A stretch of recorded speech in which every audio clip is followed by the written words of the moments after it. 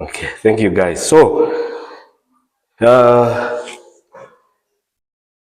today what we are studying is the sharing how media councils operate, okay? Using codes of ethics and others. So today we will compare the media council in Malawi and that in Kenya. Plus, you remember we also discussed something on the Dutch Code of Ethics, eh? Yes. So it's going to be like a triangle. We'll be comparing these three, okay? We also refer to the SADC Media Law, a handbook for media practitioners, volume 1. This is a comparative overview of the laws and practice in Malawi, Namibia, South Africa, and Zimbabwe. This. You can see it's on the forum, isn't it? Oh, this one as well, isn't it? It's on the forum, yes. Okay, so these are important. These are the laws within which media operate. What we will see is that in Kenya, the Media Council is institutionalized through Parliament and it's operationalized through the Secretary of the Cabinet. That means the government is a stakeholder, and not only journalists, we also have other activists that are involved in it, isn't it? So just like the law or the media, which is about based on the free speech, the Media Council in Kenya is encompassing. But we see that the journalists are accredited, and they're looking at trained journalists to be accredited by the Media Council of Kenya, or Kenya Media Council. Okay? And that means it's a law. They can accredit journalists or they can remove journalists from practice. But another one is in Malawi, if you look at Malawi, we have Code of Ethics Broadcasting Code. This one's only for broadcast media, for MBC, Zodiac, so it's for radio and TV, but the print media is excluded. And this is a law. So if you commit an offense see your own radio, you can be taken to court. Or you can argue using that as defense, using the broadcasting code of ethics, because it's registered in Parliament, isn't it? Then we have the Media Council of Malawi. This one is voluntary. It's not based just about self-evaluation, self-monitoring. Okay, so journalists are monitoring themselves using the Media Council. But the Media Council also incorporates the broadcasting code.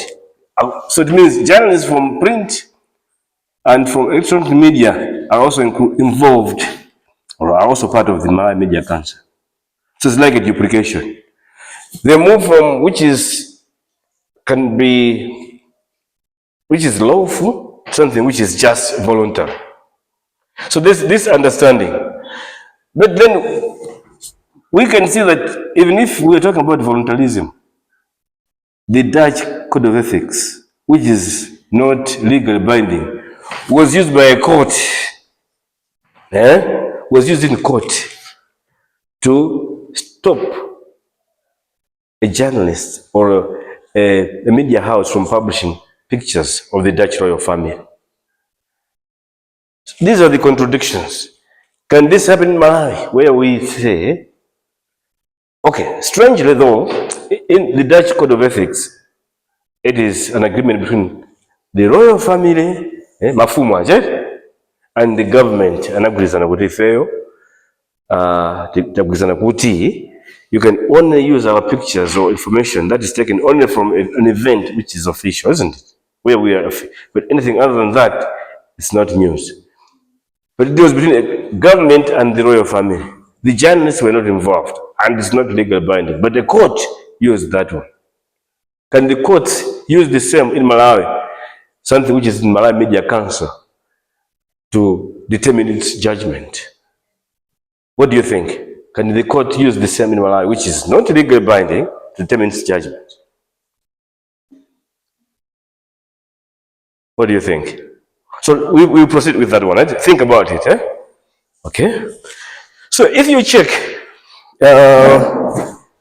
you go through the, let's check the Kenya, not first this one. You can open the SADC.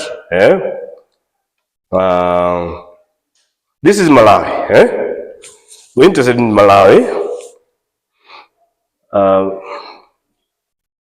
Yeah. And in Malawi, what we're most interested are the code of ethics. Okay. The supreme law is the constitution for everything, right? In Malawi and elsewhere. However, even the media itself in Malawi is protected by the constitution. There are no specific laws. Okay. We also have, so for the, just one thing which I skipped. For the broadcasting ethics, or code of ethics, it is MACRA which is in charge of that. That's why MACRA yatseka wireless yakuti, MACRA yachita one wireless yakuti, but MACRA just is even going to the social media, isn't it?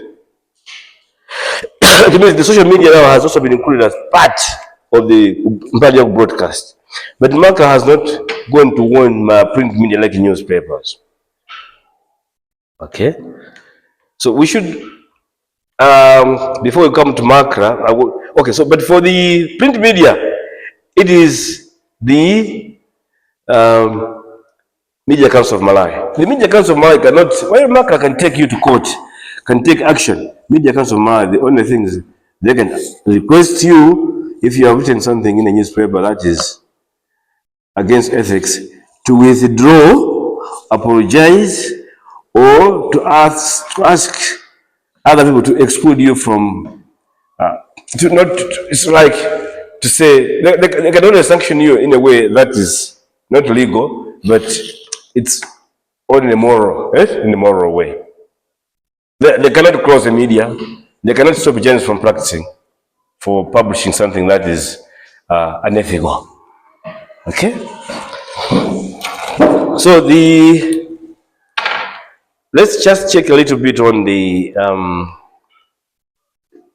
Media Council of Malawi, codes of conduct. This is codes of conduct. You can see there are two main codes of conduct, two main codes in place that govern the mass media industry in Malawi. Okay, so one, that's the broadcasting services, the broadcasting code, in other words, okay, which is a statutory. When they say statutory code, okay, contained in Schedule 3 to the Communications Act, and the Malawi Code of Ethics and Professional Conduct, the Journalism Code, which is self-regulated. So, one, the Malawi Media Council is self-regulated, while the Broadcasting Code is based on, is a statutory code rather. Okay? So the Malawi Broadcasting, or rather the Broadcasting Code, came into effect at 31st December 1998. Okay. In this one, it only encompasses radio and television. Okay. They have to adhere to this one. It is a fully binding in law. Okay.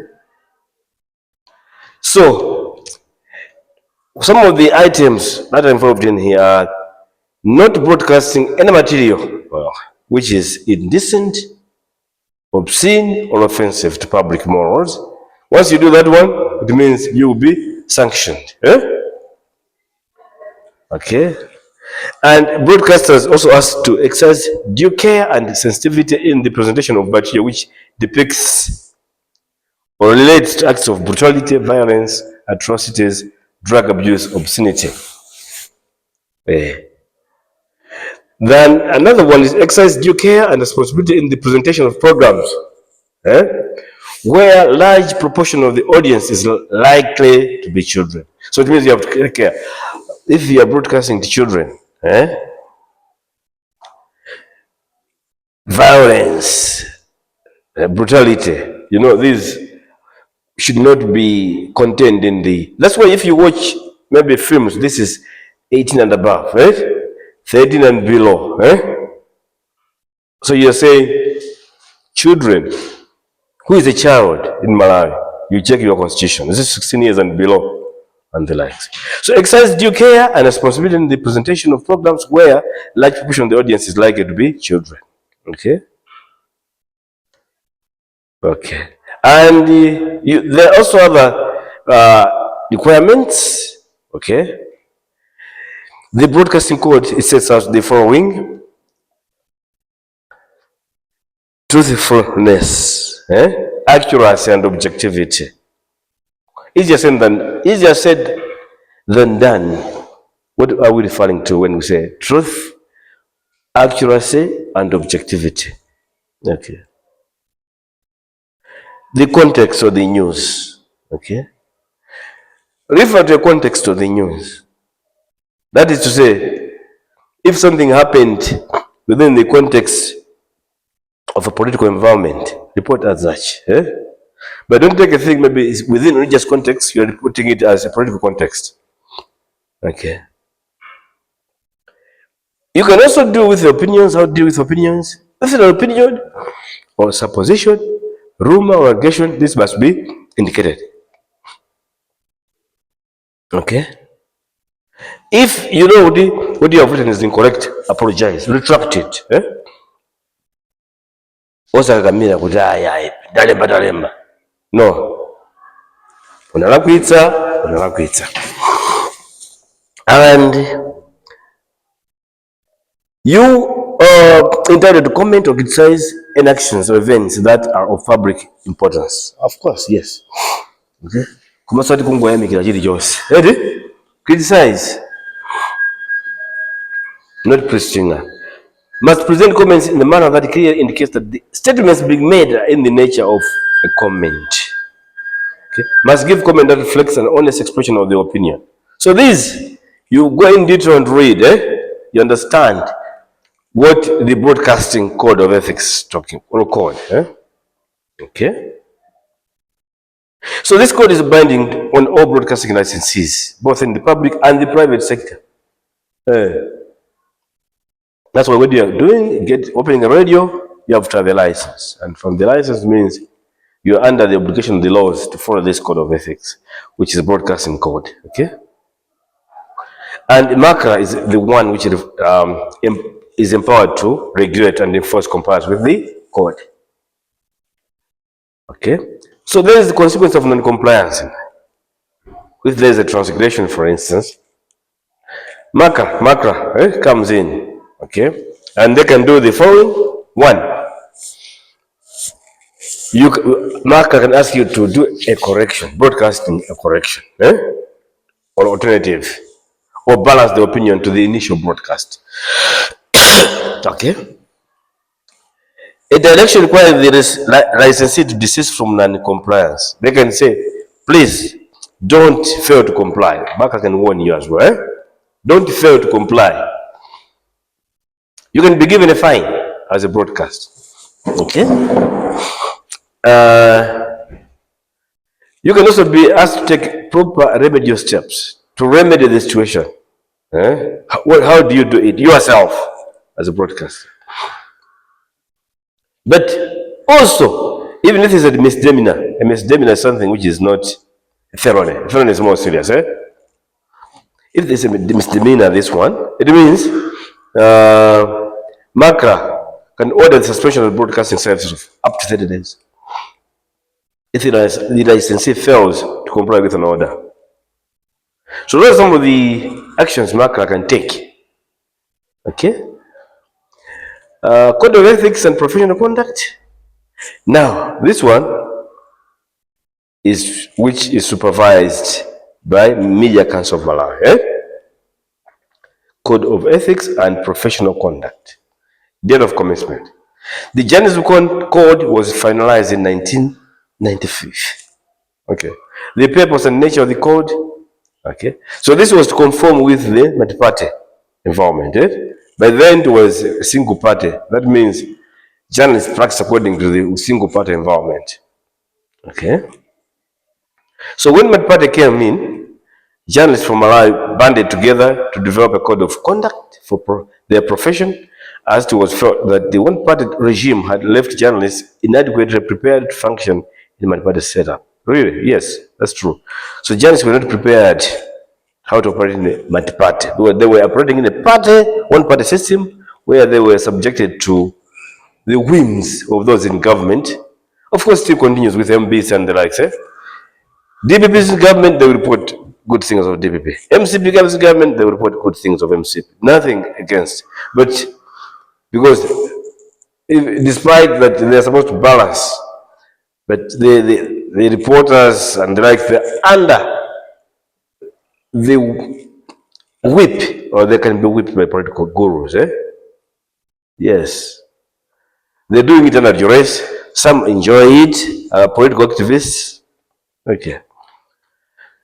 So, the journalism code is meant to exist alongside the judicial system and does not preclude complaints from institutions. Okay, listen to this. Even if it is not law in itself, the purpose of the code is to lay down standards of ethical and professional conduct for journalists. The journalism code is voluntary and non-statutory, and therefore not legally enforceable in the same way that the broadcasting code is. Okay? We check that one, isn't it? The journalism code is meant to exist alongside the judicial system and does not preclude complaints from instituting litigation proceedings in a court of law. The journalism code is meant to exist alongside the judicial system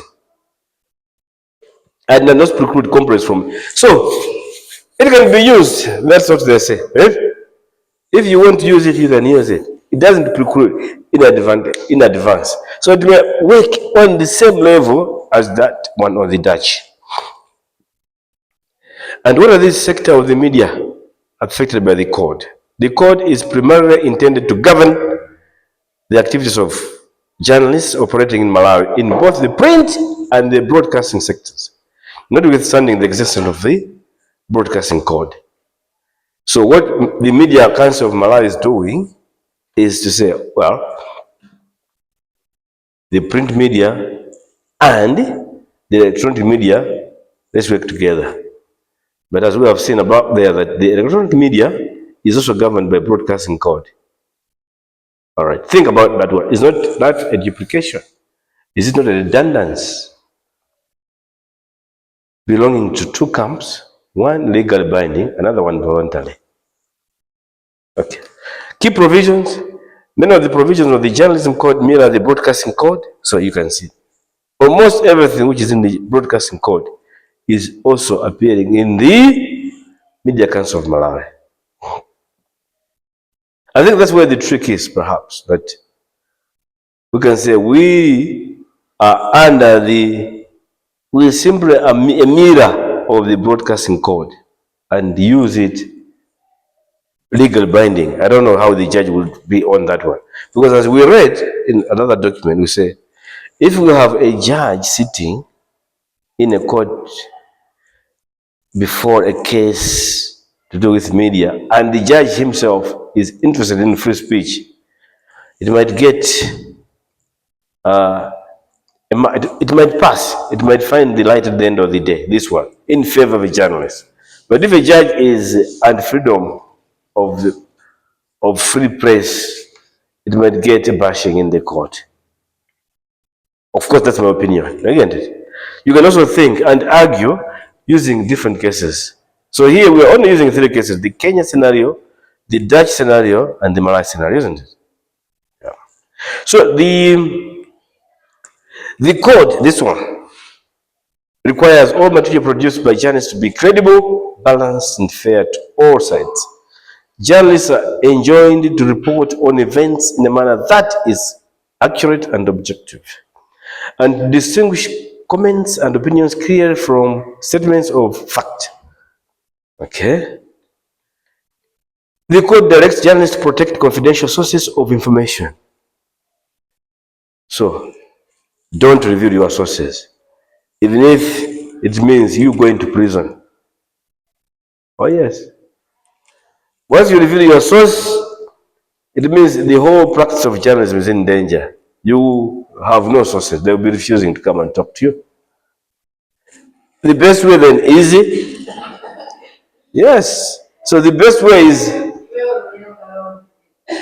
yes, yeah. But if you, that's why I say you have to agree. I'm not going to reveal your name, or I should reveal your name. Or then if I'm not going to reveal your name, I'm not going to use your information. Isn't it? I can only use that information as background, isn't it? So you have those prayer arrangements. But if you agree with the source that I'll not use your name, I'll never reveal you, and then Abolisa Kupana was in the magazine, you're still revealing this. No. So decide. Huh? Yes.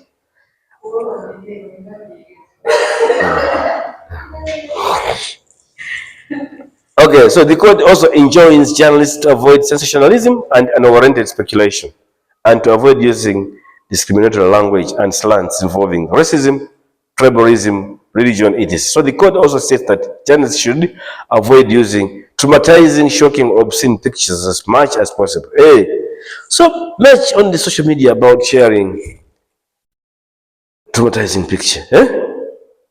People involved in grisly accidents. People shooting each other. People involved in fights. Decapitating each other. No, those I think should be avoided. But those are not journalists anyway, they are just citizen journalists. The code encourages journalists to respect the right of the individual to privacy, except where otherwise justified by the public interest. So the code enjoins journalists to refrain from identifying victims of sexual assault, even by law, isn't it? Especially where children are involved. The code also states that journalists should unnecessarily don't mention Achibale. They are not concerned. They have nothing to do with that. Okay, even if you have evidence that is not, but was not tendered in court, you can't use it to mention that Achibale were involved in one way or another. You concentrate on the person who is supposedly the only one who committed the crime. The code encourages journalists to be transparent in their work by introducing themselves and by requesting permission to obtain information or take pictures. So the code provides that journalists should not seek to obtain information or pictures through misrepresentation or subterfuge, unless the public interest justifies this and the information cannot be obtained through any other means. So you have information out there, nobody's giving you, so you can get it by going behind behind using uncharted means, using ways that may be otherwise illegal, that may be otherwise not the conventional means of.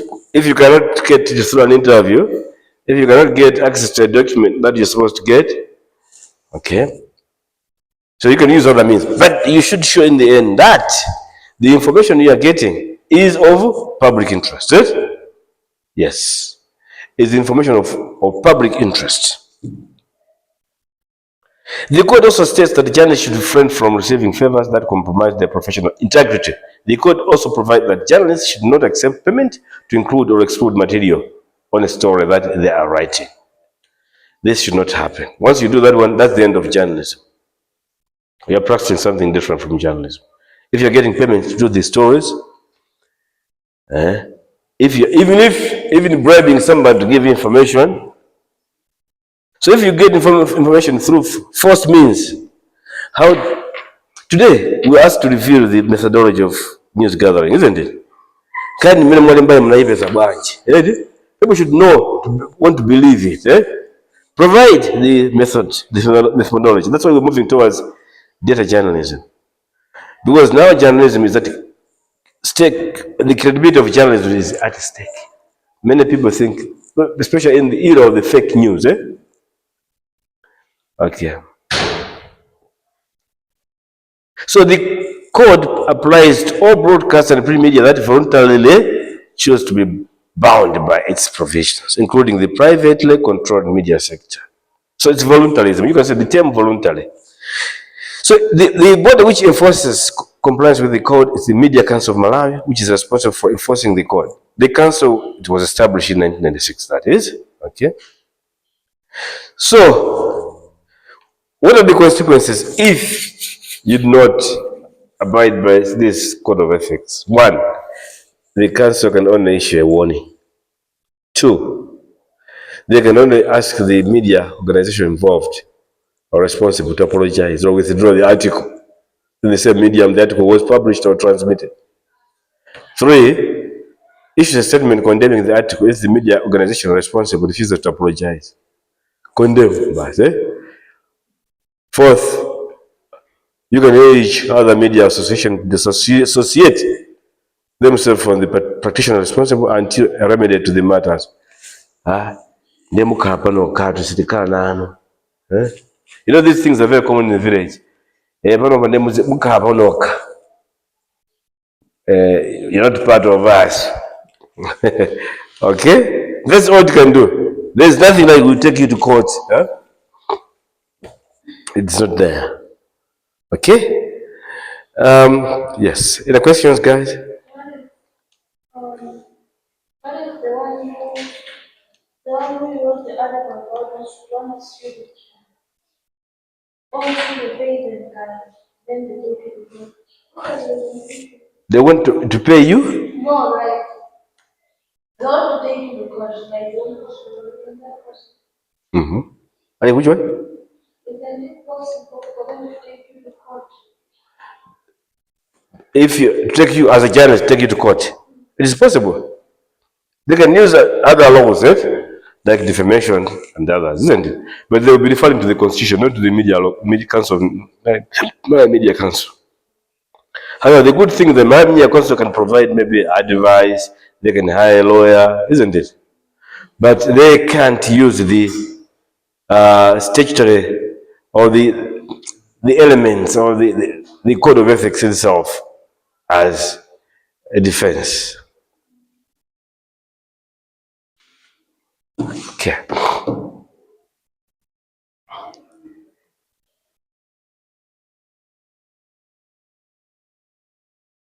Okay. Official Secrets Act 1913. This is another area that we need to know. When we say Official Secrets Act, I know you guys might. In America, there was a journalist who hacked into Secret Service information and leaked it to the world. You call it WikiLeaks, okay? And the guy is Assange, an Australian. The information the American government argued is something that would jeopardize the security of the nation. So Assange even ran away from the US, he settled in the UK. But he was hounded there until he was arrested in the UK, judged there. But there was a tug of war, whether he should be extradited to the US or not, to face the rope. The only agreement that was reached in the end was after years of right? This agreement was, can you agree that you got it wrong, that you were wrong to steal, to leak information, secret information of the country, of the US, isn't it? That will jeopardize security. Okay. So in Malawi, we have this law, very old law, 1913. It's still 1913. What is the purpose of this act? It still stands. So the purpose of the act is to regulate and prevent the disclosure of official secret state information. The act it applies across the board, not only journalists, everybody. It's not only media specific as the statute, this one. It's not media specific statute. But all forms of mass media fall within this scope. What are the key provisions in this? It makes it an offense for any person to disclose any official state secret to a third party. For example, a secret official code, word, password, or any other secret information for any purpose prejudicial to the safety or interest of the state. So where the disclosure is intended to be directly or indirectly useful to an enemy. So the one is the information you have revealed, maybe it can help an enemy to attack a state. You'll be revealing about, for example, this case or the arms deal with Malay army has been a bit tricky, where the former vice president was involved, the late allegedly involved. Platform for investigative journalism revealed something about the corruption involved in that one, isn't it? And he was being sought after by the army, until he went into hiding. So they might have been arguing based on this. Okay. So it's tricky now. How do you reveal corruption in the army or in the secret services without being threatened by this Official Secrets Act? Okay. Section 4 deals with the wrongful communication of information. So Section 4, as you will be reading there, makes it a misdemeanor as opposed to an offense. For any person who is in possession or control of official secret state information to communicate the information to any person who is not authorized to receive it. Okay. And still in Section 4, it is a misdemeanor to retain secret state information or to fail to take reasonable care of it. Well, maybe you are going somewhere, you have kept it without retaining it, or you have not taken care of it. I know the U.S. Trump, when he was president, is believed to have taken some secret information to his house. They went to check and found it, they say, but Trump said it was by mistake. They went to court, and the court said, there's no case here. So it depends on who is sitting on the case or the nature of the case, and the nature of information. So any person who contravenes this section will be guilty of a misdemeanor unless he or she can prove that the information was communicated contrary to that person's provision. Okay. What about provisions of the media not controlled by the state? So this act does not make any specific provision for media not controlled by the state, but applies broadly to the private media industry. So it applies to all the private media. Which body enforces this? The High Court. Okay? Adjudicate this one. And cannot be tried by any subordinate court. So the act is silent about the prosecution of the statutory misdemeanors. Okay. What are the consequences of non-compliance with the act? You pay £50 and can be sentenced to 2 years in prison. Okay. There you are. All right. So next time we meet, we won't talk about in detail about MACRA. We talk about in detail about NAMISA, and don't forgetting the Access to Information Act.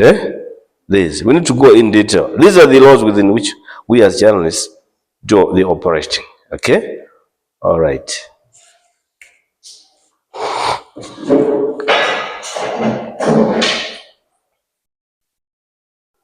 Okay. So the things that we need to know, going back, we need to know issues about access to information in detail. Malawi Media Council or Media Council of Malawi. Also, we need to know about the MACRA in detail, and then the courts. Okay. But and the legality, the legal binding or not. Let's first look at the Kenya scenario.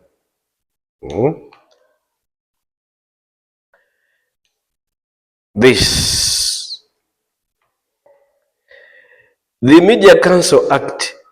Mkangona kuti aleva Media Council Act ngoza kuti malamulo you can refer to that one.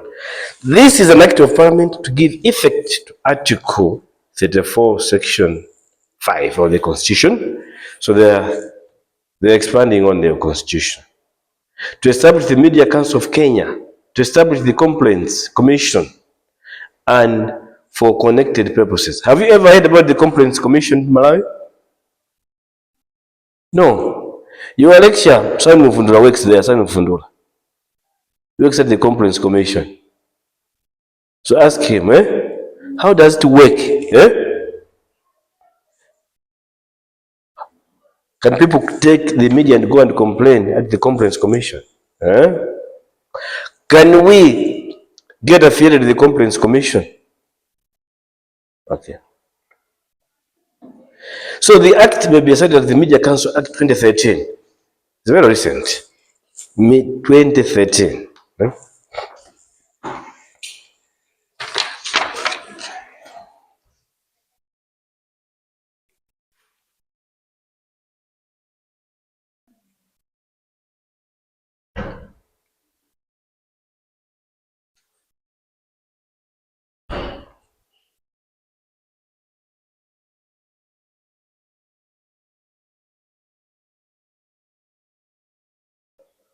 Okay. Sichakalekale 2013 pompano. And if you see in this act, Adam Katimu, cabinet secretary, atolankani kukhala minister minimum. Can you operate with the ministers, journalists in a group? So this means the cabinet secretary is responsible for matters relating to the media. In Malawi, we haven't included anything from anybody from government. That means, Okay.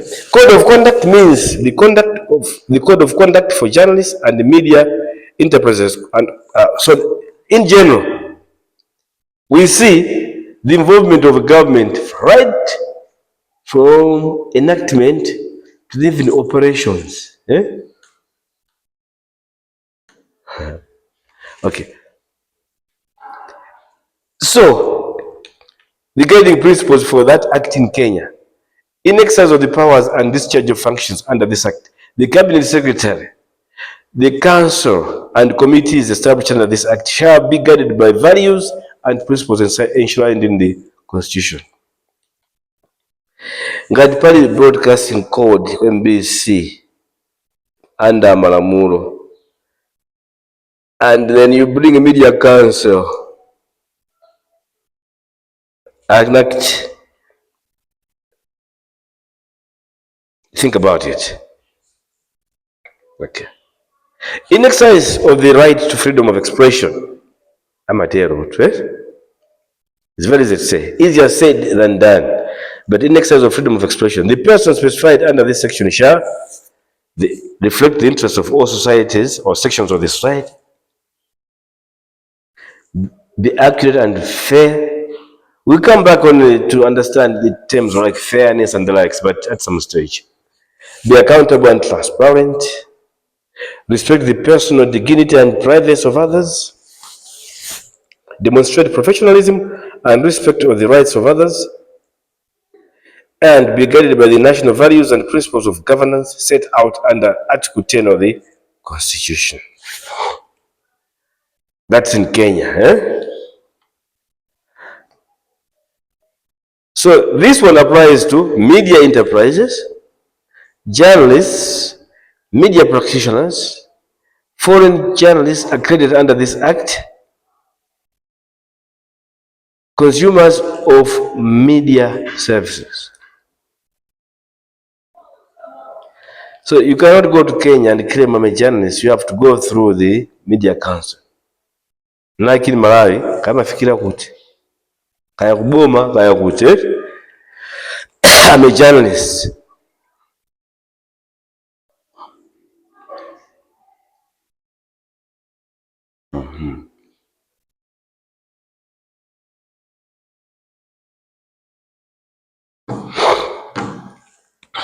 Okay. The establishment of the Media Council, there is established a council to be known as the Media Council of Kenya. The council is a body corporate with perpetual succession and a common seal, and shall in its corporate name be capable of one, in its name.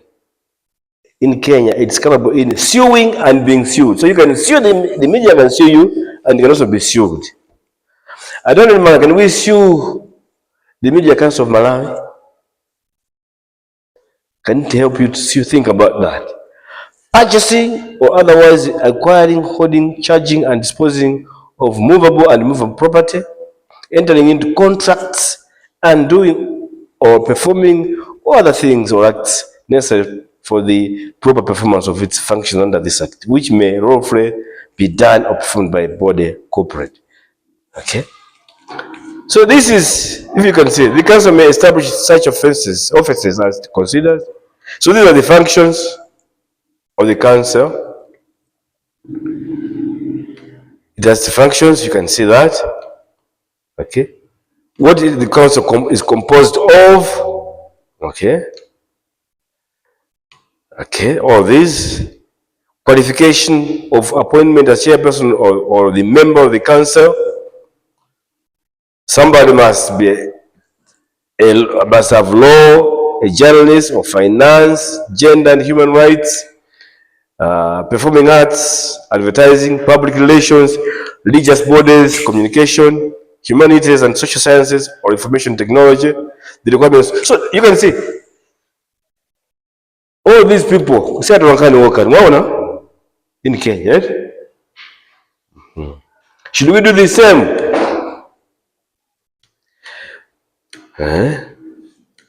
Should we do the same in Malawi? Okay. But let's check out the Media Council of Malawi. 9 pages.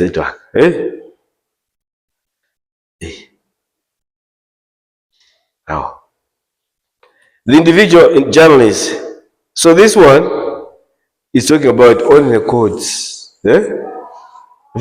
Codes, how to dress, how to do an interview. Since it's not an obligation for any person, public or otherwise, to talk to journalists, nobody. Sources must be informed that they are being interviewed for a story, and journalists shall not insult or abuse otherwise embarrass interviewees. Zopya zana zijai.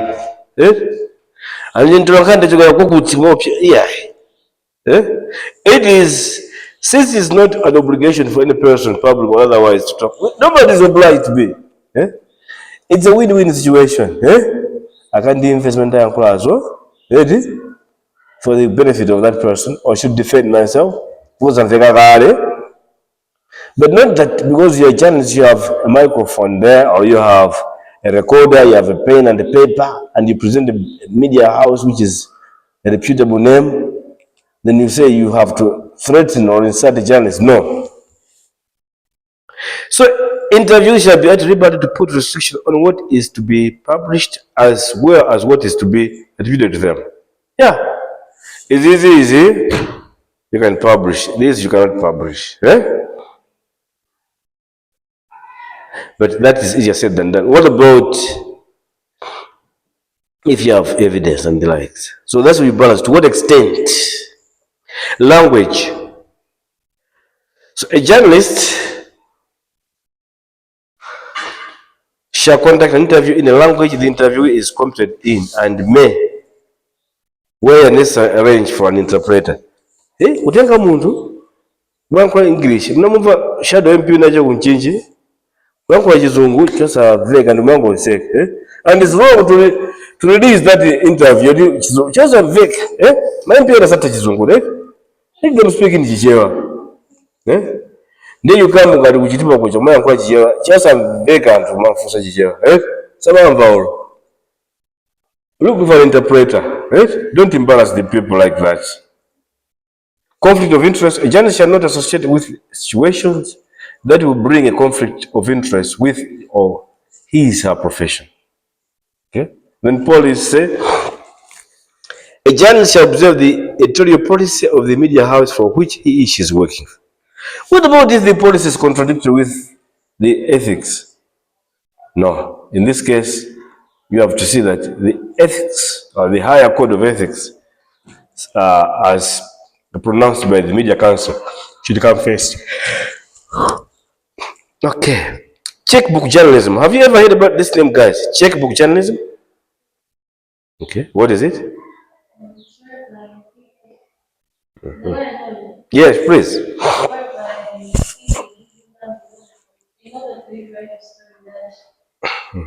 That shows the good. Yeah, exactly. So this a journalist shall not demand or accept payment in order to include or exclude material on a story she is writing. But this is rampant. Okay. Chapter 2, the journalist's work. What are they saying this? Material. All material produced by journalists shall be credible, balanced, fair, and verifiable to all sides in the same vein. Headlines should reflect the gist of the story to avoid misleading the audience. Unwarranted distortion and speculation should be avoided, as should discriminatorily and inflammatory language, slants involving racism, tribalism, and the like. So we see, what we are seeing is we are only seeing codes, isn't it? We're not seeing anything like we can go to court, we can do this. We're talking about all this. Okay, let's look at the ethics and complaint committee that comes closer to the law.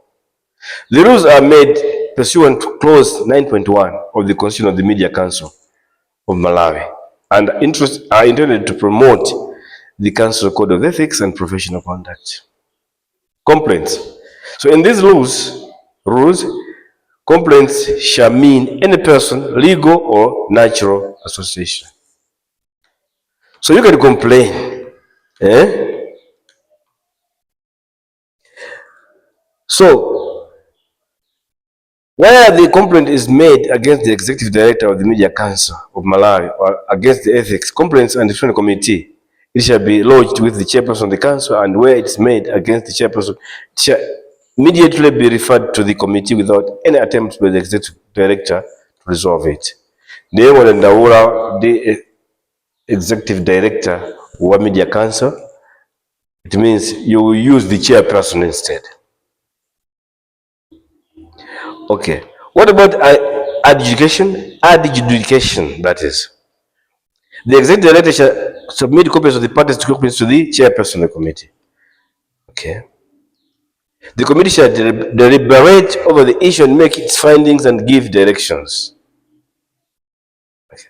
The chairperson may, however, request the parties to appear personally. You see, it's all within the council, isn't it?